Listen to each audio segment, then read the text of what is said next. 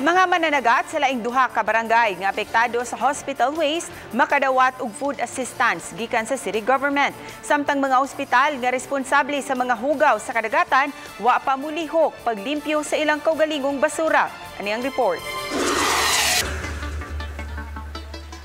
Human sa 20 ka mga mananagat sa barangay Ibo, laing 25 ka mga mangingisda sa barangay Luok ug 7 sa barangay Pusok ang gikatakdang hatagan og food assistance.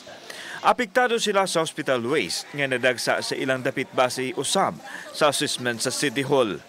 Padayon pang gi-validate kung si kinsa pa ang ayan nga makadawat og food assistance sa laing mga barangay.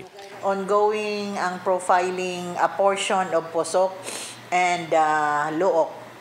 Ang ato manggod ani those gitagaan nato og hinabang katong nanginahanglan gyud kay actually as has been okay naman ang mga mabaligya raman gyud.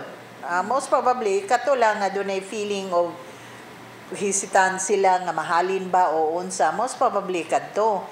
Samtang gitigom na sa City Legal ang mga ebidensya nga gamiton alang sa pagduso nila og reklamo batok sa mga tagdumala sa ospital. Suma sa mayon nga igo rami adto ang mga representante sa Chongwa Hospital ug mitan-aw sa mga basura nga napadpad sa dagat. Apan wa na sila mobalik bisan man lang sa pagtabang sa paghipos sa ilang mga hazardous waste. Giklaro hinon sa mayor nga padayon ang paglimpyo sa mga sakop sa Clean and Green ug sa MRF sa mga madagsang basura sa ilang baybayon nga nagpadayon pa kuno hangtod karon. All the papers, ang mga documents that pinpointed kato nga mga hospital are now with the city attorney. They collate all those papers kay most probably they're preparing na for para ma-endorse sa SP para maka-file og action.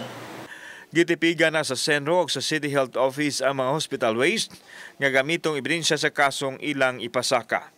Gipaniguro usab sa mayor nga hipuson kini og tarong sa higayon nga dili na kinahanglanon.